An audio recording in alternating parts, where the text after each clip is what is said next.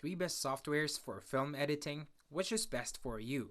Hi there, you guys. In this video, I will be talking about 3 best editing softwares that you can use for when you are editing your film. And in this video, I will also be discussing their pros and cons and some of the pricing of some of the pricing plans of each software. First on my list, it never gets old, everybody knows this, is Adobe Premiere Pro. Adobe Premiere Pro earns its status as an industry standard video editing software thanks to its familiar non-linear editing interface, unmatched ecosystem of tools, and powerful capabilities.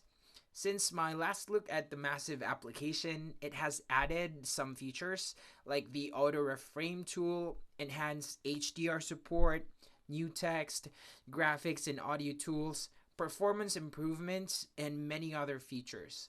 All of this makes Premiere well worthy of an Editor's Choice Award for professional level video editing software.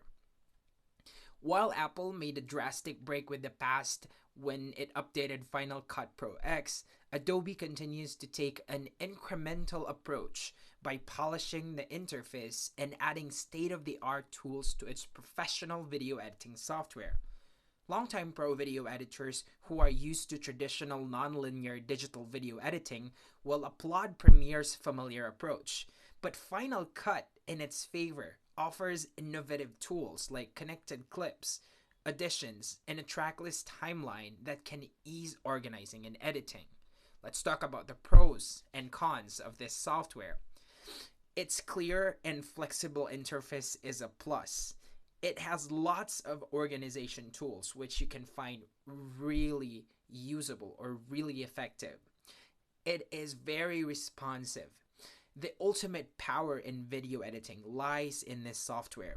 It has a rich ecosystem of video production apps. Excellent stabilization tool, I'd also like to note that down. And unlimited multicam angles. 2 cons of this software are no keyboard tagging for media, sadly. And some techniques require additional applications such as After Effects or SpeedGrade. How much does Premiere Pro cost? Well, it's now only available by subscription. The program by itself costs $20.99 monthly with an annual commitment or $31.49 month-to-month basis. If you pay $239.88 for a full year upfront, it works out to $19.99 per month. So you decide. Next is Apple Final Cut Pro. Final Cut Pro, Apple's professional and prosumer level video editing software, targets both consumers who want more power for their video editing projects than Imovie offers and professionals who create content for the cinema and television. It does a remarkable job of bridging these two worlds, and though professionals may complain about its non-traditional trackless timeline and amateurs may scratch their heads over its wealth of sophisticated options, it's in fact a magnificent tool for both groups. Final Cut Pro remains my best choice for video editing software, not only me, but also for some review websites out there. What's new in Final Cut Pro is that the latest version 10.5 is support for Apple's new Apple Silicon M1 based computers. It also adds the ability to transcode media automatically when you copy or consolidate a project, and searchable and downloadable user guides are also welcome new arrivals. Other prominent recent features include Smart Conform, which uses machine learning AI to crop widescreen content to fit mobile device screens and social media formats, similar to Adobe Premiere Pro auto reframe tool. That means that when you try to edit like a 16:9 and when you're trying to make a mobile content, the software will immediately know where to focus the crop, because the tendency is that with 16:9 videos, your subjects can move a lot of times, or they can have a lot of movements on screen. So what you want is to focus the frame to that subject, and Final Cut Pro does a really good job with that. Next is still from Apple iMovie. It's cheap and easy yet powerful video editing for Apple fans. The video editing software included with Apple devices hasn't changed much in the past several years, but it still beats what you get in Windows 10, which is just the video capabilities built into Windows Photos app. Apple iMovie includes excellent tools for media organization, color grading, speed, green screen effects, narration, and soundtrack in your digital movies. It's not always the first with new format support. There's still no 360-degree video support, but it does work with 4K and HAVC. iMovie also boasts some of the best storyboard-based movie-making tools for novices, trailers, and movies.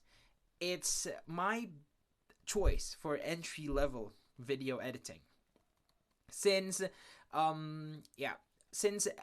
since the last review, or since I last used iMovie, Apple has introduced few major features. But if you need to get really serious with video editing or to work with many tracks, 360-degree footage, or multicam, you should really move up to Final Cut Pro, which will seem familiar to iMovie users, despite its vastly greater video editing power and feature set. Apple's iMovie doesn't offer the 100-track timelines, multicam, customizable transitions, and motion tracking options that PC consumer video editing softwares like Corel Video Studio and Cyberlink Power Director offer. But if you just want an easy way to put together some video clips and still images into a presentable movie, iMovie is hard to beat. It's particularly suited to iPhone video shooters who want to make something appealing for their clips and photos. If you purchased a Mac on or after October 20, 2010, you can get iMovie for free from the Mac App Store. Essentially, that means the app is free on nearly all Macs in use. The latest version requires OS X 10.14.6 or later and weighs in at over 2 gigabytes. In testing for this review, I installed it on a 21.5-inch iMac with 3.1 GHz Core i7 CPU and 16 GB RAM, and on a MacBook Pro with Touch Bar and a 3.1 GHz Core i5 CPU and 8 GB RAM. On the iPhone's iOS 14, iMovie is pre-installed, but you can remove it and reinstall from the App Store. I tested this version of iMovie on my iPhone 10. These editing softwares are really good at what they do, but if you're trying to edit a film, I suggest you go with Adobe Premiere Pro. But if you're a beginner who is trying your best to actually learn video editing, I suggest you start with Apple iMovie, and from then on you can move up as you need more stuff and editing tools. Which one of these softwares do you think is worthy to try? Let me know down in the comments below, and I will see you again on the next video. Peace out.